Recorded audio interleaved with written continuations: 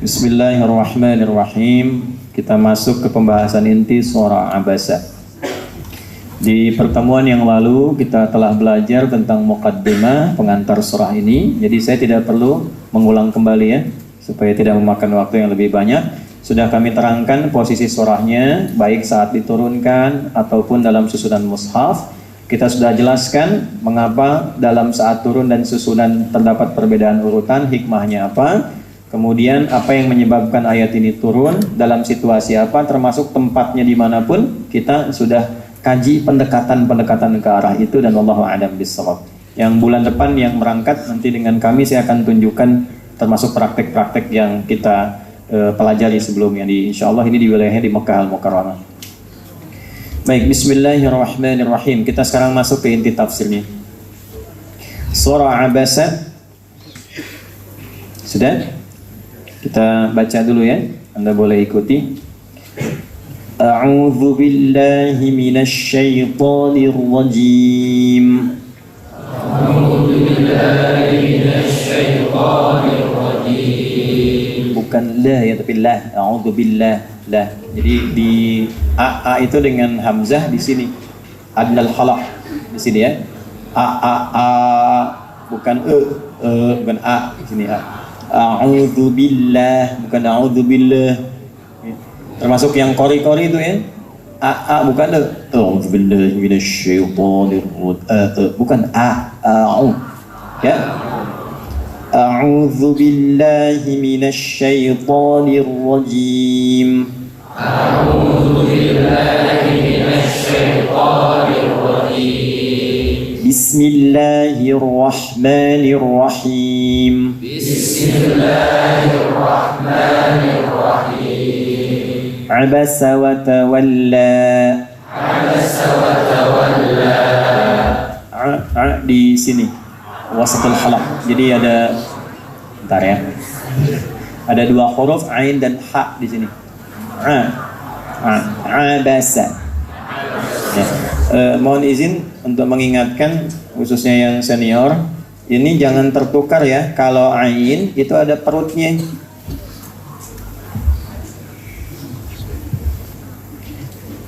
Ya. Maaf, kelihatan nggak belakang? Sebentar, saya agak besarin. Bismillah.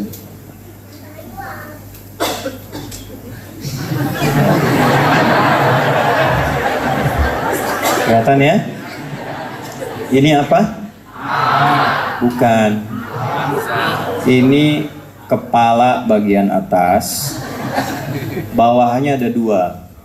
Bila bawahnya seperti tegak begini, tongkat tegak, maka ini apa namanya?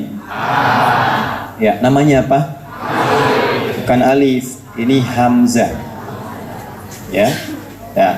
Kalau alif gini, alif tuh cirinya tegak saja, fungsinya memanjangkan bacaan jadi dua harakat. Itu alif. Misal, ini ada huruf fa begini. Ya. Tambah alif begini. Maka fa yang tadinya tidak ada alif pendek, natural dibaca pendek, fa karena ada alif dipanjangkan. Alif itu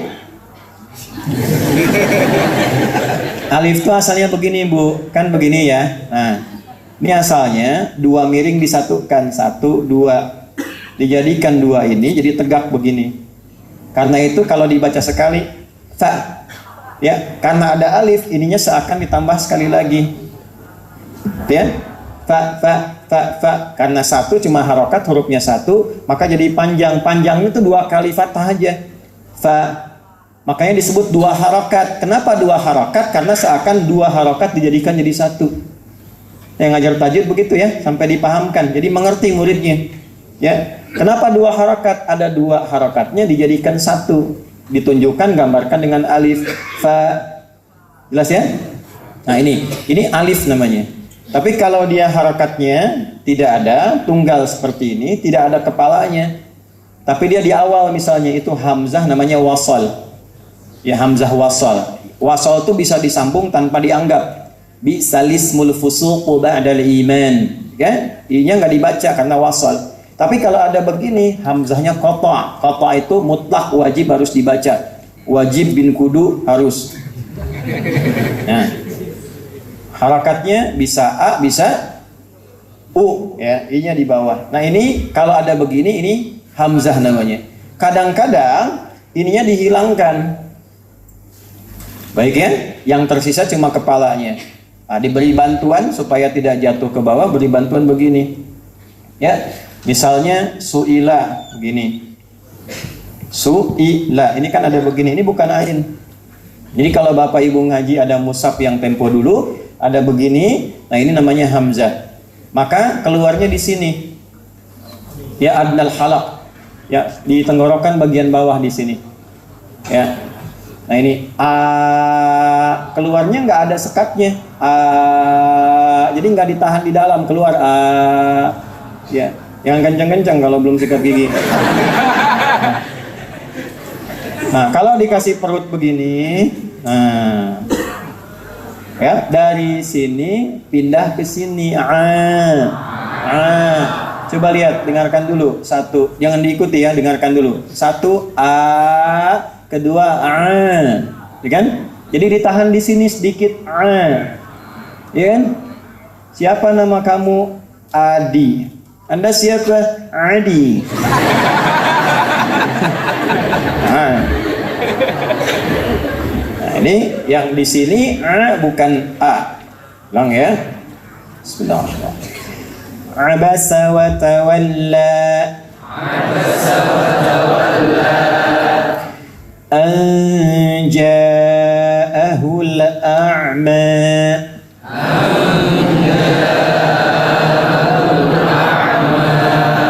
Bukan a, bukan, tidak memantul karena bukan qalqalah. Qalqalah cuma 5, qaf, ta, ba, jim, dal, qutbu jadin, ya. Bukan a, la, bukan. Mengalir a'la. An ja'ahu al-a'ma.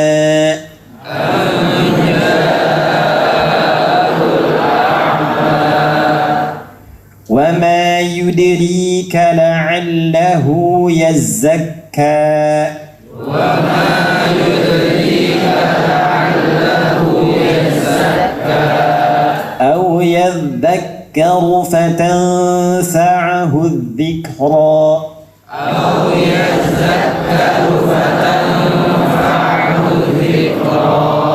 Nah, kalau yang da paling gampang latihannya da ya, yang au yadzakaru da ini paling gampang, gigit sedikit dulu untuk latihan. Da. Nah, matikan hurufnya untuk mengetahui tempatnya di mana.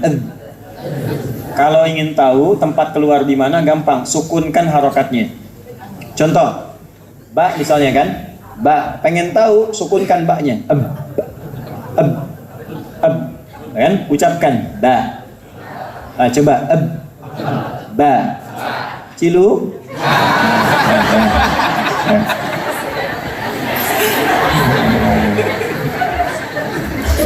da, za, da,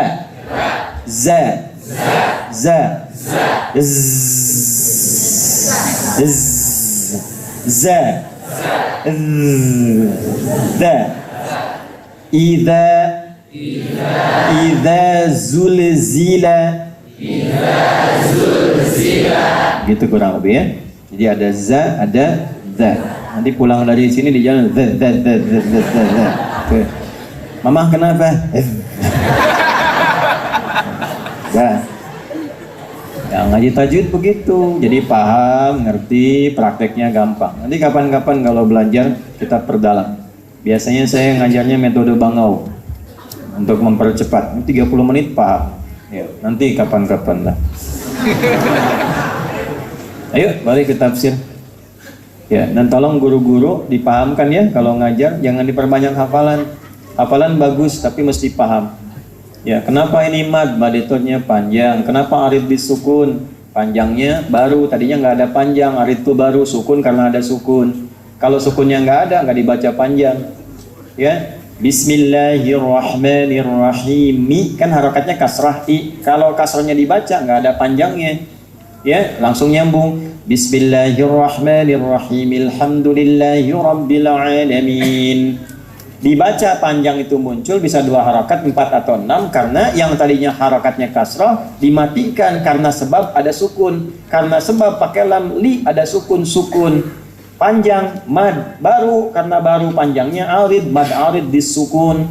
Bismillahirrahmanirrahim. Tu'im mi-nya nggak ada. Ya, karena nggak ada diganti sukun. Karena orang Arab dan bacaan-bacaan bahasa Arab kalau di akhir pasti sukun. Ya. Hidup ayu mati syahdu, hidupkan dengan aiu, diakhiri dengan syahdu sukun, mati bacaannya. Karena panjangnya baru sebab sukun disebut mad, baca panjang. Arid panjang ini baru, tadinya nggak ada, ini sukun karena sebab ada sukun. Jadi kalau ada mad itu panjang artinya. Ya, Pak Imad Bapak. Tuh. Bismillahirrahmanirrahim. Abasa. Udah. Ya. Abasa ay qabada wajhahu wa a'rada. Ya, qabada wajhahu wa a'rada. Qattaba Rasulullah sallallahu alaihi wasallam wajhahu wa a'rada. Izin sebelum saya teruskan, referensi yang saya gunakan ini majalis tadarrusul Quran. Ya. Baik ya, jadi ini yang kita pakai. Ini hasil riset para ulama Quran dari berbagai kitab-kitab tafsir dari yang klasik sampai kontemporer. Nah, nanti asosiasinya ada di Mekah, namanya Markaz Hudal Quranil Karim. Cabang turunannya ada di depan Masjidil Haram. Kalau yang Markaz Huda di Arafah, samping Ummul Qura. Kalau yang ini, itu ada turunannya Markaz Muassasah Nabaul Azim di lantai 9 Zamzam, persis di samping musola, itu ada di situ. Ya, salah satu penasihatnya Imam Masjidil Haram, kemudian salah satu penasihatnya juga Mufti Masjidil Haram, Syekh Ahmad Muhammad Rabi'ah, dan pelaksananya Dr. Hilal Hizam Sanad. Insya Allah di bulan ini akan datang juga ke Indonesia. Nah, kami sebutkan karena kami bagian dari asosiasi itu. Ya, saya termasuk di dalamnya untuk periset para ulama ahli Al-Quran yang nanti kita September ada muktamar juga di Mekah. Ya, jadi ini yang saya bawa karena sanadnya saya nyambung, saya juga neliti sendiri, dan kita membuat versi bahasa Indonesianya untuk diterjemahkan. Sudah selesai, insya Allah tinggal di proses. Jadi kalau mengajar ya kita cari sanad dulu yang betul, jangan mengajar dari pribadi kita. Ya, sumbernya harus bersambung karena ini Al-Quran, nggak boleh main-main. Bismillahirrahmanirrahim. Abasa qattaba Rasulullah sallallahu alaihi wasallam wajhahu wa a'rad. Jadi abasa itu artinya dari qabada, yang menggunakan qabada itu ada Ibnu Jarir At-Tabari dalam tafsirnya, ada 16 jilid, di jilid yang terakhir yang juz amma. Qabada itu nahan sejenak tapi mukanya agak masem. Ya, abasa itu dia menahan wajahnya tapi agak masam ekspresinya. Nah, bayang nggak? Gini. Nah, bayang nggak? Ya, jadi kayak agak-agak bukan cemberut kan? Ya kan? Nah, ini agak, ya. Nah, jadi ditahan untuk mengeluarkan satu ekspresi yang tersembunyi, tapi agak masam sifatnya. Masam itu kan artinya agak kurang menyenangkan gitu. Gambaran sesuatu yang kurang enak akan satu hal, tapi tidak mau mengekspresikan itu secara langsung, gitulah. Ya. Ini artinya apa? Artinya orangnya luar biasa, walaupun tidak senang pada sesuatu, tapi tidak mengeluarkan ekspresi yang melampaui batas. Ya. Ada asisten rumah tangga, bapak sedang terima tamu, asisten rumah tangga bawa minuman, tiba-tiba akan dihidangkan, jatuh airnya, bahkan sirupnya menimpa ke baju tamu itu. Kira-kira ibu kalau tahu situasi itu gimana? Masya Allah udah bisa numpahin gelas. Ini kan nggak begitu. Nggak mungkin kan? Ya kan? Kalau nggak bisa kan keluar. Kamu ini gimana sih? Ya Allah maafkan diri kan? Ada yang Masya Allah dia masih tetap dengan akhlaknya, tapi dia bisa tahan gitu, walaupun ekspresi wajahnya berubah. Itulah abasa. Jelas? Tidak? Ya kan? Imam Ja'far As-Shadiq punya asisten rumah tangga. Beliau itu niatnya ingin belajar ilmu dan akhlaknya dari Imam Ja'far. Nah, ini sanadnya ada nih, kalau berkhidmat pada kiai itu ada sanadnya. Saya dulu pada ulama-ulama guru-guru kami saya berkhidmat. Ya, saya tinggal nerjemahkan, kadang masakin buat guru dan sebagainya itu ya. Itu untuk belajar, setiap hari dapat tanya sama guru. Nggak paham tanya, dapat hadis tanya. Ada guru hadis kami pertama kali saat saya di pesantren, itu beliau sudah sepuh, penguasaan hadis dan kitabnya luar biasa. Datangnya 9:30, baru angkot, itu pasti saya insya Allah sepanjang saya bisa tahu, setiap hari Rabu saya tunggu depan jalan untuk saya sambut, saya kemudian antarkan, pegang tangan kami sampai ke perpustakaan. Jalannya kan masih lambat pakai tongkat, tapi saya jemput di pinggir jalan, memanfaatkan waktu istirahat. Jadi kalau teman-teman ke kantin kemana, saya jemput beliau tiap hari Rabu. Itu yang paling menarik, di jalan sampai ke perpus saya dapat beberapa hadis. Ya. Jadi begitu saya baru ganteng, nah ada hadis dari Nabi SAW disebutkan begini. Sampai nanti ke dalam ngaji kitab baca, beliau baca sampai bel bunyi masuk kelas lagi. Jadi dapat lumayan, jam istirahat 15 menit sampai setengah jam, dapat hadis, dapat nasihat, dapat kitab. Masuk lagi ke ruangan kelas. Nah, itu ada keberkahan yang insya Allah bisa kita dapatkan. Ya. Nah, jadi ada ekspresi-ekspresi kembali ke awal, yaitu abasa, menahan kondisi tertentu karena rasa nggak suka. Imam Ja'far punya asisten sudah lama. Satu kali beliau kedatangan tamu, persis yang tadi saya ceritakan. Bawa minuman mau dihidangkan, tumpah gelasnya. Ini kisah nyata. Airnya tumpah, Imam Ja'far ini abasa, wajahnya sudah nggak enak begini. Muridnya tahu, lantas dibacakan kepada beliau, wal kadhiminal ghaidha. Ya, Ali Imran ayat ke-134. Ada calon penghuni surga yang punya rumah seluas langit dan bumi, di antara cirinya sanggup menahan amarah. Kata Imam Ja'far, saya nggak marah. Balas, wal afina 'anin nas, diteruskan ayatnya. Ya, nggak marah tapi harus memaafkan. Kan ada nggak marah sekarang tapi nanti ditunda gitu kan? Tamunya pulang baru keluar. Bagaimana caranya orang hilang marahnya? Setelah lapang hatinya. Sesuatu yang lapang kalimatnya dibuka dengan al-af. Ya, yang lapang, yang hilang segala sekatnya. Wala afina 'anil nas, dan sanggup memaafkan orang lain di sekitarannya. Kata Imam Ja'far, saya maafkan kau. Asisten ini tahu Imam Ja'far As-Shadiq tiap hari sedekah. Di kantungnya, di sorbannya itu selalu ada persediaan untuk sedekah. Maka beliau katakan lengkapi ayatnya, wallahu yuhibbul muhsinin. Allah senang orang-orang baik yang diantaranya senang sedekah. Maka dikeluarkan kantong isinya semua, disampaikan, kamu sudah lancar, sekarang nggak jadi asisten lagi, sana katanya. Maka dia keluar dapat ilmu, dapat hikmah, dan dapat uang untuk bekal hidup. Ya, ke saya jangan begitu ya. Abasa wa tawalla, abasa qabada Rasulullah sallallahu alaihi wasallam wajhahu wa arad. Ada satu kondisi yang Nabi sallallahu alaihi wasallam menahan dari bagian ekspresi wajahnya. Ya, kemudian wa a'rada wa tawalla, lalu berpaling kepada sisi yang lain. Ekspresinya kurang lebih begini. Jadi sedang di sini fokus, tiba-tiba ada satu kondisi misalnya yang manggil. Nah, saya lagi fokus ke sini sehingga nggak sempat melayani yang di sini. Tapi jadi terganggu karena sedang fokus, tiba-tiba tidak ada janji, tidak ada apa-apa, memotong misalnya.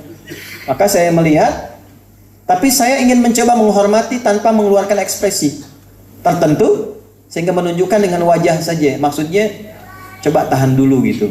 Ini ada yang penting dulu di sini, tunda sebentar.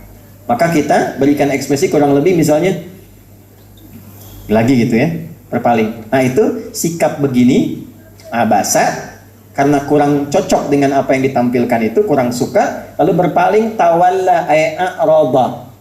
Ya, tawalla itu kenapa tidak menggunakan a'rada? Karena a'rada itu menunjuk pada sikap yang kurang sopan. Ya. Wa man a'rada an dzikri, siapa yang berpaling dari zikir kepadaku, yang enggak mau sholat, hidupnya dunia aja. Maaf ya, maaf. Cuman kerja, kumpulin harta, hitung-hitung, rekreasi, kemudian tiap pekan cuma jalan-jalan, nggak peduli dengan sholat, nggak pernah baca Quran. Nah, itu di akhirat pun diabaikan oleh Allah seperti dia mengabaikan Allah dengan sia-sia, nggak dianggap. Ya, bahkan nanti dibutakan matanya. Dan dia berkata, lima hasyartani a'ma, ya Allah, kenapa saya dibangkitkan dalam keadaan buta? Wa qad kuntu basira, padahal dulu saya itu bisa melihat. Karena kamu dulu buta dengan akhirat, sekarang hukum akhirat, maka buta matamu dalam kondisi sekarang. Engkau itu melihat dunia, nggak pernah ingat akhirat. Engkau buta dengan akhirat, silau dengan dunia. Sekarang di akhirat jadi buta engkau karena butamu dengan urusan akhirat. Nggak lihat. Karena di dunia nggak pernah pengen lihat akhirat. Diberikan pelajaran oleh Allah karena nggak sopan, nggak pengen lihat sama sekali. A'rada anhu. Ya, dia abaikan akhirat, nggak peduli dengan itu. Yang nggak ngaji juga bisa kaya kok, nggak sholat juga bisa pinter. Nah, kalimat itu memberikan kesan bahwa dia buta dengan akhirat, udah silau dengan dunia. Maka ketika ke akhirat berlaku hukum akhirat, karena dia menganggap buta dengan urusan akhirat, dibutakan matanya saat akhirat. Jelas seperti ini? Nah, itu a'rada, berpaling dengan kasar. Kalau tawalla masih ada kesopanan di dalamnya. Jelas? Ya, sifat yang melekat kepada Nabi, dia berpaling dengan cepat, rasa nggak suka, tapi masih ada penghargaan di dalamnya. Tunggulah, ini dulu yang sedang fokus, yang penting. Paham sampai sini? Ya. Nah, sekarang kita ngaji ke nahwunya. Ma faidatu iftitahi surati bi fi'laini mutahammilaini li dhamirin la ma'ada lahu fil kalam. Kan jelas yang berpaling siapa di sini? Yang berpaling siapa? Baik, yang dipalingkan siapa? Ya, sahabat Abdullah bin Abi Umi Maktum. Yang berpalingnya siapa? Nabi Muhammad. Baik, perhatikan. Ada dua perbuatan kan? Satu, abasa, raut wajah yang tidak nyaman. Yang kedua, berpaling pada objek lain kan? Dua hal. Kenapa dalam dua kata itu, abasa dan watawalla, kata gantinya nggak ditunjukkan menuju kepada siapa yang jelas? Kan sudah tahu Nabi Muhammad, kenapa nggak disebutkan Nabi Muhammadnya dulu? Kenapa menggunakan kata ganti? Ya, abasa itu kan domirnya huwa, kata gantinya dia, beliau. Ya, kalau ingin dibuat sebuah kata ada sosok. Kalau diterjemahkan dengan ilmu itu, maka kalimatnya begini: abasa wa tawalla, ada sosok yang bermuka masam dan berpaling nih, gitu. Bayang nggak? Ya kan? Beliau bermuka masam dan berpaling. Baik ya? Ya, sedang gini. Kalau ada orang Andi, ada Andi di sini? Dodi? Joni? Tidak ada ya? Tidak ada. Gini aja lah, pasti nggak ada. Suneo, pasti nggak ada nih. Pak Suneo bermuka masam dan berpaling. Lalu saya katakan, tuh Suneo tuh muka masam berpaling. Dengan yang kedua, ada sosok yang mukanya masam dan berpaling nih. Lebih sopan mana, satu atau dua? Saking dicintainya Nabi Muhammad oleh Allah Subhanahu wa Ta'ala, dan tingginya kedudukan sampai namanya tidak disebutkan tapi diganti dengan kata yang mewakili dhamir kepadanya, untuk menunjukkan bahwa inilah sifat maksumnya Nabi Muhammad SAW, bukan untuk memberikan petunjuk kesalahan pada Nabi, tapi menjaga kemuliaannya dengan rambu yang Allah turunkan kepadanya. Nabi itu diingatkan pun masih ada hormat kepadanya. Jelas ya? Apa pelajaran besarnya bagi kita hikmahnya? Hikmahnya tiru keteladanan yang Allah praktekkan dari situ.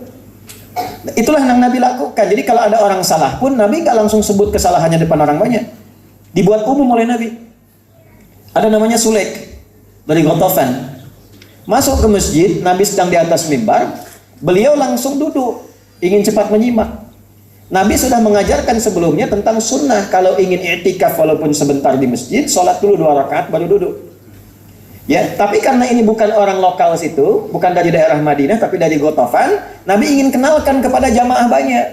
Ini ada orang baru, belum tahu yang kami ajarkan kemarin. Tolong kenalan dengan beliau, bantu apa keperluannya, itu diantara hikmahnya. Tapi Nabi tidak menyebut begini, orang baru, sholat dulu, baru duduk. Tidak begitu. Nabi buat kalimat yang umum sifatnya. Idza dakhala ahadukumul masjidah wa arada an yajlisa fala yajlisa hatta yusalli rak'atain. Jamaah sekalian, jika Anda semuanya tanpa kecuali masuk ke dalam masjid, ingin menyimak, ingin i'tikaf walau sejenak, maka hendaknya disunnahkan salat dulu 2 rakaat sebelum duduk. Orang tahu yang dimaksud Sulaik. Tapi karena kalimat umum, orang nggak langsung bilang, oh itu tuh Sulaik tuh. Karena semua menunjuk kepada dirinya sendiri. Ini diantara adab. Ya, ibu coba kalau anaknya salah, kadang kalimatnya keluar di depan kakak adiknya, terpekan anaknya, sehingga menyimpulkan mama sayangnya cuma sama kakak, sama saya enggak. Buat umum, Bu. Nana, gini ya, Mungkin salah ngambil dalam makanan. Ini untuk semua kakak, adik semua, kalau mau ngambil yang bagus begini nih. Ambil dengan tangan kanan, ya, ucapkan bismillah untuk kakak, adik semuanya, sehingga dia tidak merasa tersalahkan dengan pribadinya. Gitu. Kakak begini, nah, kakak menyimpulkan nggak sayang sama saya nih. Udahlah, mencarilah kasih sayang di luar. Ketemu dengan orang lain, lalu ketika dia menemukan pengaruh dari luar, ibu sebut anaknya nakal. Jadilah beban yang kedua. Jadi dia nggak peduli mencari pengakuan di luar karena di rumah merasa tidak diakui. Ya, pulang-pulang ke rumah setelah sibuk dari tetangga, marah lagi nyampe ke rumah. Kamu anak siapa sih? Anak mama. Nah, sampai ke situ. Nah, itulah bahasannya kecil sebetulnya tapi dalam maknanya. Maka di sini sifat teguran pun kepada sesuatu sekalipun itu dianggap tidak tepat, maka menegurlah dengan cara yang baik supaya setidaknya menghormati sang pencipta yang sudah menciptakannya hadir di hadapan kita. Nah, jadi teguran itu pun kalau dilakukan karena Allah, kan selalu kita mendengar karena Allah, marah karena Allah, senang karena, tapi caranya kok nggak dilakukan seperti yang Allah tunjukkan. Marah karena Allah tapi marahnya karena pribadi. Caranya sesuai dengan cara sendiri. Kalau marah karena Allah, caranya seperti yang Allah ajarkan. Gitu. Kalau senang karena Allah, senangnya seperti yang Allah ajarkan. Nah, kalimatnya dilengkapi, jangan dipotong sampai segitu. Paham ya? Nah, abasa wa tawalla, kenapa dhamirnya kata gantinya nggak disebutkan? Kan Allah bisa mengatakan begini, Muhammad bermuka masam. Kan bisa. Bisa dengan menggunakan kata ganti kedua, kamu bermuka masam dan berpaling. Kenapa kata gantinya langsung kata ganti orang ketiga? Untuk menunjukkan adab, sopan santun di dalamnya. Allah mengajarkan kita adab, mengajarkan kita sopan santun. Jadi sebelum kita cerita, saya tuh saking kurang nyamannya dengan penjelasan beberapa kalangan dengan tafsir ini, langsung menyimpulkannya kayak nggak ada adab ke nabinya gitu. Oh, Nabi Muhammad bermuka masam, lalu berpaling. Tadi gimana sholawat tiap hari sama Nabi, tapi cara menyampaikan, menjelaskan tentang Nabi itu tidak ada adabnya. Seakan-akan Nabi itu divonis salah gitu. Padahal Nabi sendiri berekspresi itu untuk memprioritaskan satu bagian dengan tetap menganggap yang ini sebagai bagian yang diajarkan juga.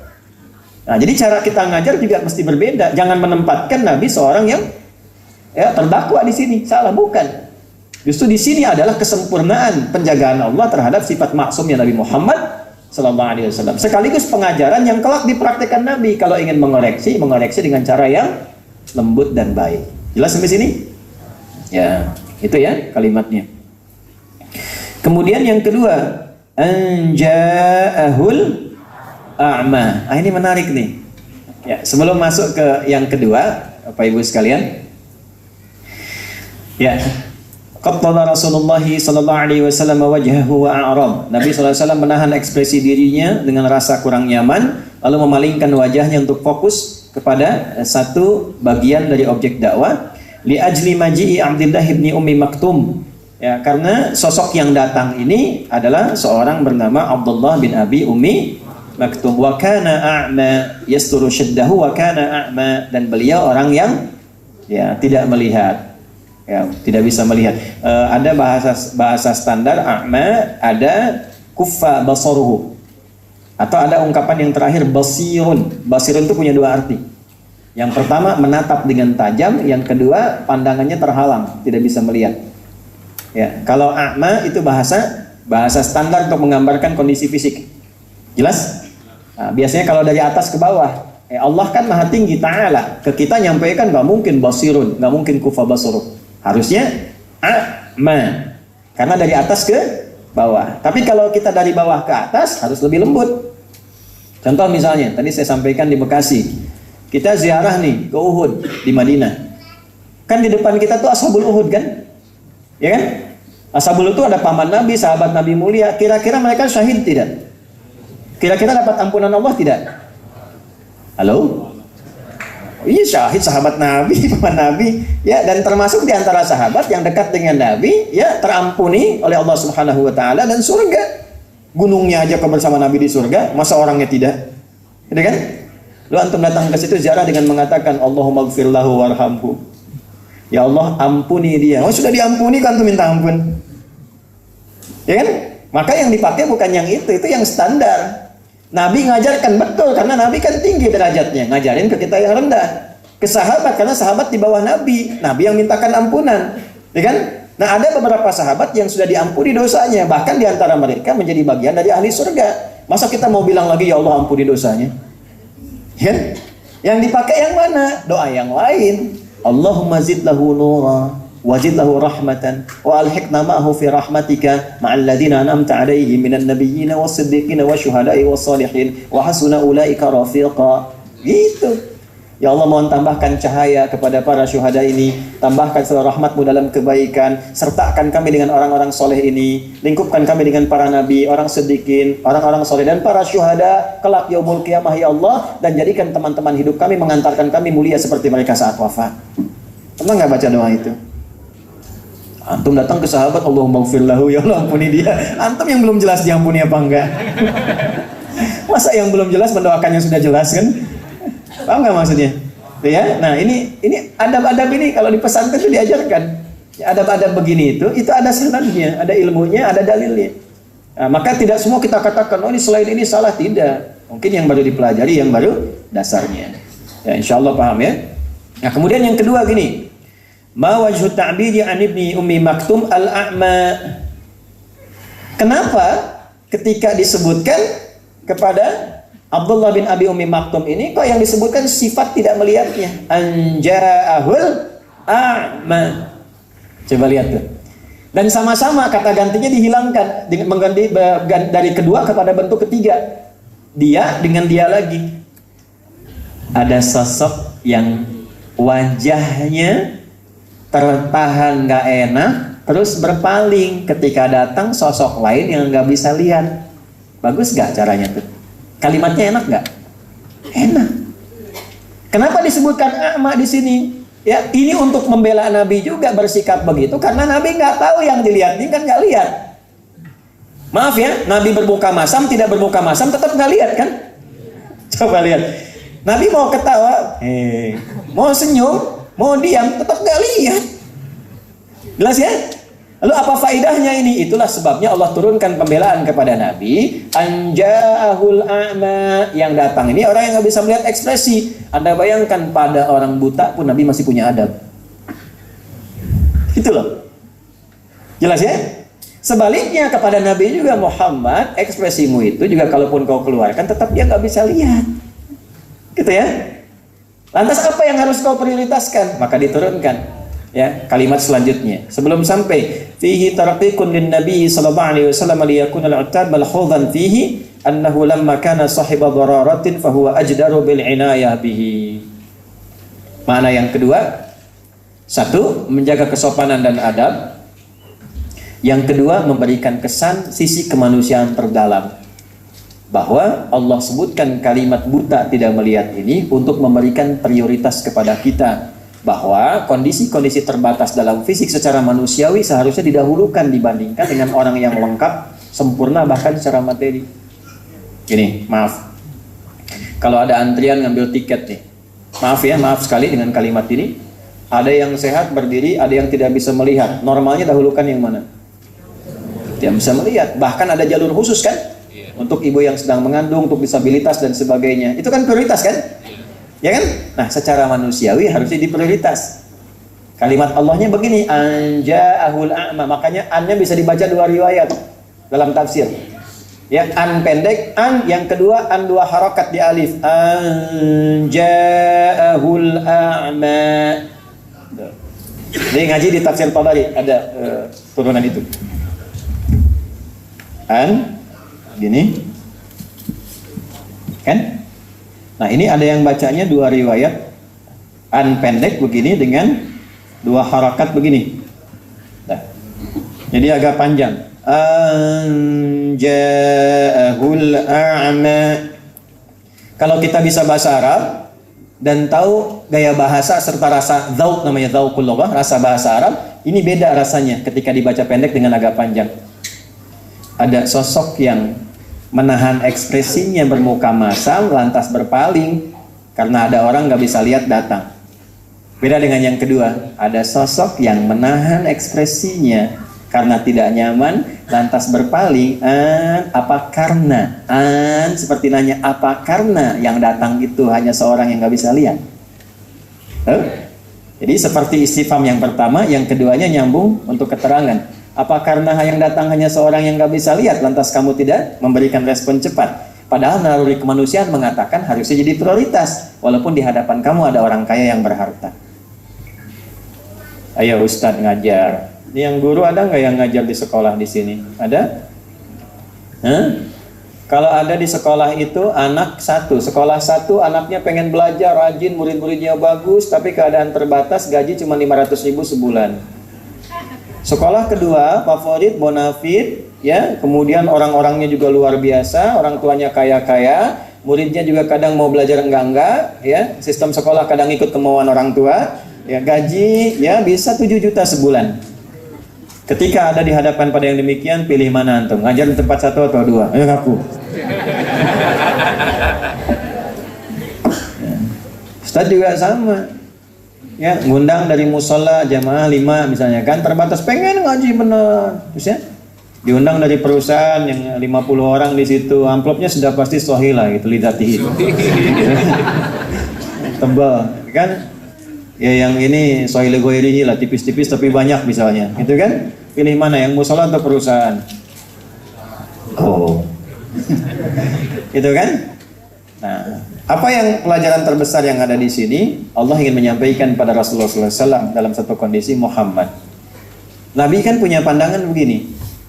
Ini orang-orang, ada Utsbah bin Rabi'ah, ada Abu Jahal, ada Abbas bin Abdul Muttalib, 3 tokoh ini di hadapan Nabi. Orang berpengaruh, orang kaya, pas lagi pengen dengar. Jarang-jarang tuh Abu Jahal pengen dengar. Ya, jarang-jarang, tiap hari cuman gibahin Nabi, bikin hoax tentang Nabi dan sebagainya. Iya, satu waktu pengen dengar. Ini pun pengen dengar karena ada Abbas di situ, karena ada Utbah di situ. Ya dia jaga gengsi. Jadi dengar Nabi pun bukan karena pengen dengar juga, karena jaga gengsi.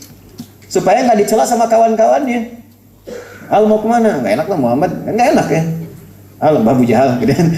Ya ikut dia. Karena kenapa? Dia ingin menjaga gengsinya aja, tapi mau dengar. Jarang-jarang kesempatan begini ketika ada di hadapan, ya Nabi memberikan pandangan. Kalau saya bisa ngajarkan 1 dari 3 ini kan berhasil, pengaruhnya kan banyak.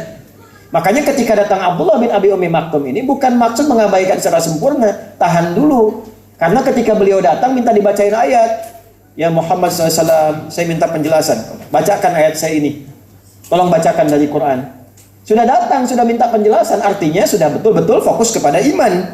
Yang ini belum 3 ini. Tapi Nabi menyimpulkan kalau 1 di antara 3 ini dapat berislam, maka pengaruhnya akan makin banyak.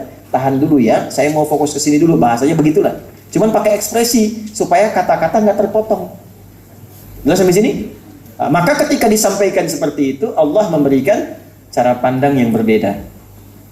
Ketika ada seseorang yang fokus dan telah diketahui itikadnya dengan benar, kesempurnaan imannya baik, dibandingkan dengan orang yang belum jelas dan sebagainya, sikapnya kadang-kadang juga kurang baik, maka dahulukan yang jelas dulu ini. Supaya yang jelas ini tidak menyimpulkan kesan bahwa, oh agama ini kok nggak ada perhatian sama saya. Sehingga dengan itu dia meninggalkan sesuatu yang jelasnya. Paham sampai sini? Baik, itu gambarannya. Ya. Sehingga disinilah disebutkan dengan kata a'ma, an yang bisa dibaca dengan 2 bagian di sini. Sudah? Baik, teruskan. Lil isy'ari bi'udhrihi fil iqdam ala qat'i kalamir Rasul sallallahu alaihi wasallam wa tashaghulihi bil qaum. Ya, kalimat di sini juga yang menunjukkan anja'ahul a'ma, untuk menunjukkan sebuah kesan. Ya. Yang pertama, seorang sosok yang memotong perkataan. Jadi Nabi itu nggak senang karena motong kata-katanya, bukan cuma sekedar datang, lagi bicara dipotong. Inilah, saya lagi ngajar nih, tiba-tiba datang misalnya marbot masjid ke sini menyampaikan motong. Tad, ini maknanya apa ya? Gitu. Saya lagi ngajar, beliau bawa Quran, lagi baca surat, ke sini datang, Bapak Ibu dengar, Tad, ini maknanya apa? Kira-kira Anda yang lihat nyaman nggak dengan itu? Pasti nggak nyaman. Pasti nggak nyaman. Saya pun demikian, lagi ngajar datang orang, ya. Saya lagi ngajar nih di Riau. Ngajar betul tabligh akbar, datang anak, dikira panitia, makanya lepas sama pengawalan. Datang. Jangan mau salaman nyampaikan minta doa, Tad. Saya gini kan. Orang bingung semua. Ya. Insyaallah doakan. Tunggu ya. Ustaz nyampaikan dulu ke sini. Kan kita jaga kehormatannya juga. Tapi kan orang nggak nyaman. Kita juga pasti ada rasa nggak nyaman kan ketika datang itu. Nah, Allah menyampaikan kenapa menggunakan kata ama, Muhammad jangan marah ya. Dia itu begitu karena dia nggak bisa lihat. Kalau dia lihat, mungkin dia nggak akan melakukan itu. Nah, maksudnya itu. Itulah sebabnya muncul kata ama di sini. Anja'ahul ama. Maknanya banyak. Alif yang pertama, apakah engkau nggak senang karena orang ini kemudian datang sosoknya buta? Muhammad jangan marah dulu karena dia begitu, karena dia nggak bisa lihat, karena itu dia nggak tahu sedang apa engkau dan siapa yang kau hadapi. Dia cuma dapat info ada engkau di situ, dia dengar suaranya, dia tanya, ya bisa nggak bacain Quran begini? Dia nggak tahu karena nggak lihat. Ya. Ibu kalau ada yang salah, Pak, ya, bapak juga begitu. Pahami dulu mungkin karena belum tahu, sehingga itu bisa menurunkan emosi. Kalau orang belum tahu, diberitahu, jangan marah. Jadi imam, saf belum rapi. Ada yang misah sendirian misalnya kan. Jangan marah dulu, diberitahu. Mohon izin Pak, bisa merapat ke sini. Nah, nggak usah ngatur-ngatur saya lah gitu. Misal kan, belum tahu, jangan marah kan belum tahu. Oh baik, baik ya. Ini untuk merapikan saja, di sini supaya rapi. Saya udah lama di sini. Ustadz kan baru ke sini, alhamdulillah. Atau barangkali Bapak jadi imam, kalau imam kan nggak perlu ngatur saf sendirian, Ustadz aja lah gitu kan. Tapi nggak usah marah, kita doakan. Nanti siapa tahu saat berbalik dia malu-malu langsung rapat sendiri, ya kan? Pak, rapat dulu Pak. Ustadz siapa? Bapak ini saya kan imam. Nah, bukan pada tempatnya. Siapa tahu melakukan itu karena belum tahu. Sehingga tidak ada niat untuk menyakiti, karena belum tahu saja. Ya, maka tidak perlu marah. Marah pada yang belum tahu tidak menempat, bolim namanya. Belum tahu itu diberitahu, bukan dimarah. Jelas sampai sini? Dan cara memberitahu pun ada adabnya juga. Ya, Muhammad, bagaimana adabnya? Teruskan ayatnya. Wa ma yudrika la'allahu yazakka. Kalimat indah sekali. Ya, wa ma yudrika la'allahu yazzaka. Ya Muhammad sallallahu alaihi wasallam, apa yang menghalangi engkau tidak memberikan pencerahan kepadanya? Boleh jadi dia datang itu justru untuk memperbaiki diri. Ya? Nah, ini cara negurnya pun kalau kita ingin menegur, ya, kemudian kita ingin mencoba untuk merespon sesuatu, itu diatur lagi secara teknis. Ya, dari mulai menata hati dulu. Kan yudri itu artinya memikirkan, menyimpulkan. Ya, jadi kalau ada orang berbuat salah, jangan langsung disimpulkan salah dulu. Teliti dulu kenapa berbuat salah, faktornya apa, bagaimana bisa begini. Sehingga setelah kita mitigasi dan paham semua sebabnya, baru diambil sikap. Itulah hikmah. Itu yang dimaksud Quran surah 16 ayat 125. Ud'u ila sabili rabbika bil hikmah. Kan? Anak pulang sampai ke rumah, tidak nyaman, kotor, langsung dimarahi begini-begini. Kok nggak ditanya dulu? Itu kaki kotor tuh, cuci dulu. Kok mandi? Kakak dari mana? Kenapa kotor kakinya? Tadi main bola, Masya Allah bagus. Ngegolin nggak? Golin. Berapa? 3 ya, bagus. Tapi kan di lapangan sama rumah beda. Tuh kakinya kotor nih, lupa mandi. Kotor tuh, cuci dulu.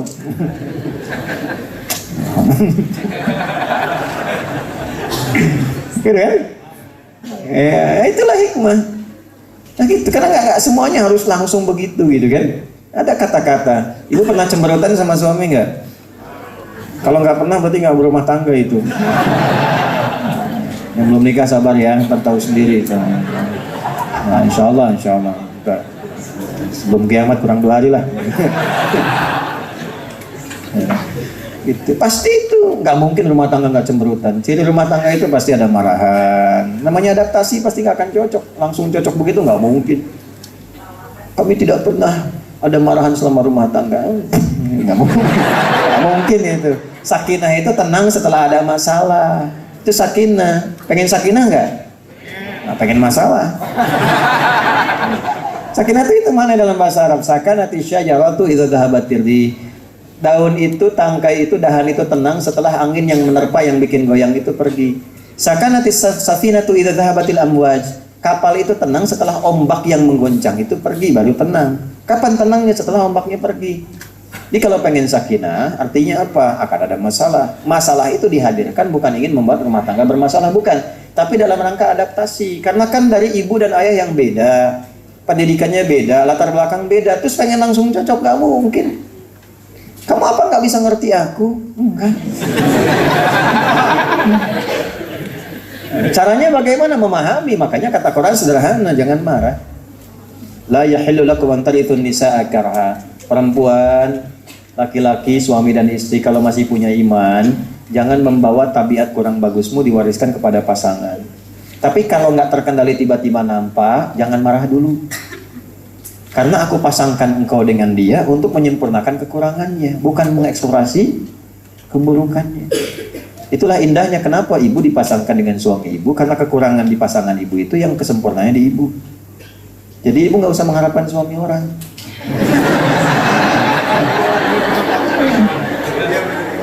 Ya kan? Dan jangan menempatkan ideal itu pada suami orang. Papa nggak bisa seperti Ustadz. Percuma bu. Cuma bapak juga begitu. Yang ideal itu bukan istri orang, istri bapak. Istri bapak. Kalau nggak gitu nanti capek pak. Kukira hari Rabu ternyata hari Minggu. Kukira kau menunggu ternyata cari yang pusing. Pusing 7 keliling tuh. Itu ya. Ya diucapkannya gampang, dipraktekannya yang nggak mudah. Makanya jarang ada ustaz ceramah bawa istrinya tuh. Ini nggak live kan? Aman. Saya bilang aman tadi yang merekam, jangan live dulu ya. Rupanya Allah sudah mengatur. Dan anja'ahul a'ma atau anja'ahul a'ma. Tapi riwayat yang kita bacakan yang pendek ya, anja. Tadi itu tafsirnya. Wa ma yudrika la'allahu yazzakka. Nah, pindah dari kata ganti 3 ke 2. Coba lihat, abasa wa tawalla. Kemudian anja'ahul, itu kata gantinya, kata ganti ketiga, dhamir namanya. Dia semua. Tapi ketika masuk kepada yang teknis, langsung diganti ke kata ganti kedua, wa ma yudrika. Tuh. Kan bisa Allah mengatakan begini di luar Quran, wa ma yudri, gitu kan? La'allahu yazzakka. Kan bisa begitu. Kenapa ka-nya muncul? Ka itu kan langsung ke Nabi. Dihadapkan orang kedua itu kan dihadapan kan? 1, 2, mutakalim orang pertama yang bicara, mukhatab orang kedua, ghaib orang ketiga. Pertanyaannya, kok bisa ketika teknis yang dibicarakan ditempatkan di hadapan? Kan? Ya, maka di sini ada yang sangat menarik ya, Bapak Ibu sekalian, masababul intiqal minal ghaibah ya ila al-khitab fi qawlihi wa ma yudrika la'allahu yazzakka. Jawabannya lima fihi minal inasi ba'dal ihash wal iqbal ba'dal i'rab. Allahu akbar. Untuk menempatkan sebuah rasa yang kuat. Setelah berpaling, gak nyaman itu ditempatkan seakan-akan ketika bersikap, rasakan kita bersikap melakukan itu karena Allah yang mengawasi kita di hadapan kita. Pernah kerja ada CCTV? Ya, ujian ada CCTV? CCTV itu kalau sedang ujian, kita merasakan karena bendanya atau karena mengawasi seakan ada di depan kita? Mengawasinya kan? Baik ya? Karena kita merasakan diawasi kan? Nah, kalaupun pengen negur orang karena salahnya, rasakan Allah pun mengawasi kita saat negur. Apa mau mencela orang ketika diawasi Allah? Ibu, saya tanya nih, anak itu titipan Allah atau bukan? Nah, yang nitipkan pada ibu, mengawasi ibu, terus ibu memarahi titipannya. Sementara ibu diawasi oleh Allah yang menitipkan. Apa nggak malu? Bapak nih, istri itu titipan Allah atau bukan? Titipan. Apa tidak malu menyakiti titipan bapak sementara bapak merasa diawasi Allah?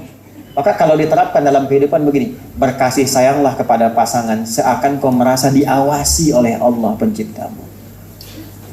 Jadi ibu menyayangi anak itu bukan karena sekedar sayang sebagai anak. Ibu menyayangi itu karena Allah menitipkannya pada ibu, bukan pada yang lain. Saya tanya pada ibu ya, mohon maaf saya fokus ke ibu nih. ibu ini mencintai anak karena sayang atau karena Allah?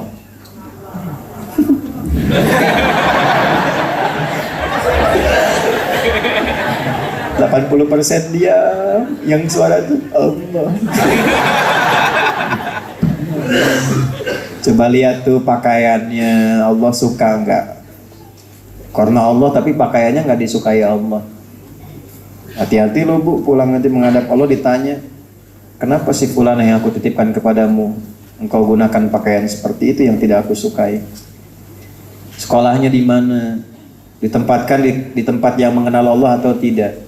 Jangan-jangan di sekolah itu nggak ada sholat, nggak ada kenal Quran, nggak tahu bahkan cara bersikap pada orang tua. Dulu saya waktu tinggal di Lebak Bulus, ada permintaan ke pesantren membantu untuk menyolatkan, karena ternyata anaknya pun nggak tahu cara menyolatkan ibunya ketika meninggal, cara menyolatkan ayah ketika meninggal. Ibu mau begitu, mengandung, melahirkan anak, dididik, dirawat, begitu meninggal nyolatkan aja nggak bisa. Investasi apa itu bagi orang tua terhadap anaknya? Apa yang didapatkan selama ini dari kasih sayang itu, kalau nggak berbalik pada orang tuanya? Sementara Quran mengajarkan setiap kegiatan anak itu akan jadi investasi untuk orang tuanya. Makanya saya selalu mengatakan kalau bisa Al-Fatihah itu dari orang tuanya, karena itu akan dibaca selama hidupnya. Ajarin aja semampu kita. Ya, Bismillah, ajarkan. Walaupun dia mengucap kitanya belum fasih, ajarkan dulu. Nanti yang memtahsin guru-gurunya, tapi dia belajar dari orang tua pertama kalinya. Begitu dia baca dalam hidupnya mengalir cahaya untuk orang tuanya, kalaupun telah wafat. Nah ini yang dimaksudkan nih. Rasakan yudrika, itu jadi mukhatab. Sama dengan kita baca Al-Fatihah, begitu iyyaka na'budu wa iyyaka nasta'in, langsung menggunakan kata ganti kedua. Bismillahirrahmanirrahim, dia. Alhamdulillahirrabbilalamin, dia. Ar-Rahmanirrahim, dia. Maliki yaumiddin, dia. Ketika ibadahnya iyyaka, langsung sifat ihsannya muncul. Anta'budallaha ka'annaka tarahu, fa illam takun tarahu fa innahu yarak. Kalau kamu sholat merasa diawasi Allah. Makanya merasa diawasi itu nggak enak kalau bacaan nggak benar, ngaji nggak benar. Mau kerja training dulu, kata-kata ditata, masya Allah. Jadi pramugari, jadi macam-macam kalimatnya ditata segala rupa. Begitu sholat nggak pernah nata diri, pasti dipotong nih kata-kata ini tuh. Di video kontainer tuh para pembuat konten. Aduh, saya cuma pesan tolong ya kalau dipotong yang betul, terus kasih narasi yang benar. Saya kemarin tuh pusing, ya. Padahal nggak berkeliling. Kenapa? Karena Jenderal WA, MUI WA, Ustadz, kami intinya tidak diundang dalam peresmian pesantren. Saya bilang kapan pesantren diresmikan? Rupanya video itu ada potongan, terus yang tersebar di antara narasi itu peresmian pesantren, wah sudah mulai dibuka gratis bawahnya, itu kan? Padahal itu acara bakti sosial dari Koopsud wilayah 1, minta tempat di pesantren, kami fasilitasi, belum ada peresmian, santi aja belum ada. Kemarin orientasi, peresmian pesantren, wah gratis, kayaknya ada yang ke Bekasi, yang datang, yang WA segala rupa, padahal belum diresmikan. Itu ya, jadi hati-hati para kontainer. Sekarang banyak tuh, ya. Dan berubah-ubah, ada aliran makiyun, ya, tukang maki-maki. Dan au yadzakkaru fatanfa'ahud dzikra, ya, atau kemudian ia datang untuk lebih bisa mengingat Allah dan memperbaiki diri sehingga apa yang kau ajarkan bisa memberikan manfaat. Nah ini adab lagi. Kalau mau ngaji, Abdullah bin Abi Maktum mau ngaji tidak tadi? Mau ngaji. Nah kalau mau ngaji, niatnya mesti benar. Apa niatnya? Mendapatkan pengingat, zikir. Apa itu zikir? Segala yang menyambungkan dan mendekatkan kita dengan Allah. Karena itu sholat disebut zikir. Wa aqimis sholata li dzikri. Quran surah 20 ayat 14. Ba'da sholat kita zikir. Subhanallah, alhamdulillah, Allahu akbar. Quran surah 4 ayat 103. Berdoa kita zikir. Ya, wadhkur rabbaka fi nafsika tadarruan wa khifatan wa dunal jahri minal qaul. Quran surah ke-7 ayat 205. Karena saat berdoa kita ingat Allah. Baca Quran zikir, Quran surah 15 ayat 9. Menghafal Quran zikir, Quran surah 54 ayat 17, 22, 32, 40. Walaqad yassarnal Qur'ana lidzikr. Jadi kalau mau ngaji datang niatnya untuk zikir. Memperbaiki sholat, memperbaiki cara ngaji, memperbaiki cara memahami Al-Quran. Nah kalau niatnya begitu, fatanfa'ahu dzikra, nanti pulang ada manfaat dari zikir itu, dari materinya, merubah diri kita. Kalau niatnya terbagi, nanti porsinya terbagi. Ibu niat datang pengen lihat ustadz, nanti ustadznya yang dominan dibandingkan materinya. Ya. Tadi ngaji apa? Dah. Itu aja, yang penting saya lihat ustadz. Materi nggak penting. Nah, ada nggak begitu? Nanti apa yang diniatkan itu yang dapat. Nah, bahasa Qur'annya apa? Ya, itu yadzakaru fatanfa'ahu dzikra. Ini kan yadzakaru itu ke Abdullah bin Abi Maktum yang mau ngaji. Yang nyampaikan diniatkan ikhlas, yang datang niatnya untuk mendekat kepada Allah. Kalau niatnya begitu, pahala dituliskan, manfaat dapat. Jadi begitu pulang itu ada perubahan pada dirinya. Pulang, oh begini cara menegur anak, oh begini cara menyikapi. Pulang-pulang bisa minta maaf sama anak, bisa cium tangan, bisa peluk. Malah takut sama Allah itu. Bukan karena anaknya. Kalau anak salah itu istighfar dulu lah. Yang langsung ke anak, istighfar dulu. Mungkin dari orang tua ada yang salah, istighfar. Itu sesibuk-sibuk pulang lah ke rumah itu, coba lihat kalau sudah tidur. Saya berangkat ini lihat anak tidak sempat bangun kan, karena malam terus nyambung. Malam lihat sudah tidur. Tadi pesantren malam, ke rumah sakit nengok ini Bali, ya olahraga sebentar supaya nyaman. Pagi ini lihat nyampe rumah anak sudah tidur, berangkat pun masih tidur. Tapi ya mereka tidur semua, kita akan menghadap kiblat, doa, minta ampun sama Allah, minta doa satu-satu, lihat ketemu nggak di akhirat, kan hisabnya bagaimana. Setelah itu angkat, satukan satu dengan kita, doa, tidur, istirahat, siap-siap lagi ngajar pagi subuh berangkat ke sini. Tapi kan kita agak tenang bawahnya karena melekatkan sifat-sifat tadi. Saya itu berangkat Bu, Pak, itu melekat selain dari anak-anak itu kadang karya mereka saya bawa. Anak kita mau berangkat, mau dihentikan di depan pintu, Bu ya, bawa, jangan dibuka ya, nanti aja bukanya di mobil. Ya, 2 anak, perempuan dengan yang laki-laki ikut. Rupanya di dalamnya adik kakak ini kompak. Ya, nomor 2 dengan 3 bikin gambar, 1 orang pakai peci, terus dilepas, 1 pakai kerudung, 1 kecil, terus dituliskan dada Buya pakai love you. Buya adalah ayah terbaik yang Allah kirimkan untukku. Kita simpan, kita lipat, kita bawa. Kita doa di jalan. Ini kalau mau marah juga nggak bisa. Mana mau marah sama orang? Nggak bisa. Ya kita yang salah itu kan. Saya salah. Anak ibu kan, anak saya. Jangan macam-macam, saya udah punya istri.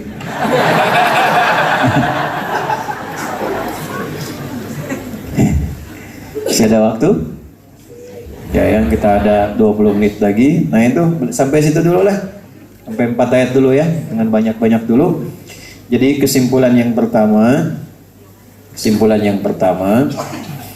hendaklah kita bersikap yang wajar